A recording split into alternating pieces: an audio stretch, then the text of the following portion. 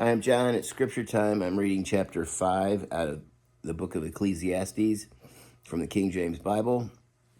And I got my little scripture buddy right here.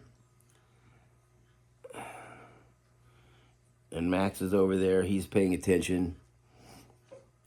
And Wiley is behind the camera. And Gracie's over there. And both of them are sound asleep, so they're going to miss out. Chapter 5. Keep thy foot when thou goest to the house of God, and be more ready to hear than to give the sacrifice of fools, for they consider not that they do evil. Be not rash with thy mouth, let not thy heart be hasty to utter anything before God. For God is in heaven, and thou upon the earth. Therefore, let thy words be few. For a dream comes through the multitude of business, and a fool's voice is known by multitude of words. When thou vowest a vow unto God, defer not to pay it, for he hath no pleasure in fools. Pay that which thou hast vowed. Better is it that thou shouldst not vow than that thou should vow and not pay. Suffer not thy mouth to cause thy flesh to sin. Neither say thou before the angel that it was an error. Wherefore should God be angry at thy voice and destroy the work of thy hands? For in the multitude of dreams and many words there are also diverse vanities. But fear thou God. If thou seest the oppression of the poor and violent perverting of judgment and justices in a province, marvel not at the matter, for he that is higher than the highest regards, and there be higher than they. Let me read that again.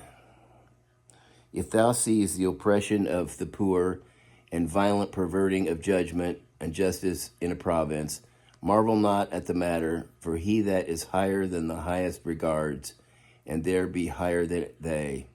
Moreover, the profit of the earth is for all, the king himself is served by the field. He that loves silver shall not be satisfied with silver, nor he that loves abundance with increase. This also is vanity. Well, that sure is a true statement. When goods increase, they are increased that eat them. And what good is there to the owners thereof, saving the beholding of them with their eyes? Excuse me. The sleep of the laboring man is sweet, whether he little or much, but the abundance of the rich will not suffer him to sleep. There is a sore evil which I have seen under the sun, namely riches kept for the owners thereof to their hurt. But those riches perish by evil travail, and he begets a son, and there is nothing in his hand. As he came forth of his mother's womb, naked shall he return to go as he came, and shall take nothing of his labor which he may carry away in his hand. And this also is a sore evil, that in all points as he came, so shall he go. And what profit has he that hath labored for the wind? For his days also he eats in darkness, and he hath much sorrow and wrath in his sickness. Behold that which I have seen. It is good and comely for one to eat and to drink, and to enjoy the good of all his labor that he takes under the sun all the days of his life, which God gives him, for it is his portion. And notice that that's a recurring theme, that we should eat and drink and enjoy the good of our labor, as that's a blessing from the Lord.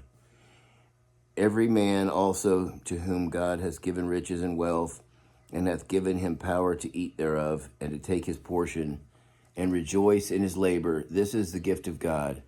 For he shall not much remember the days of his life, because God answers him in the joy of his heart.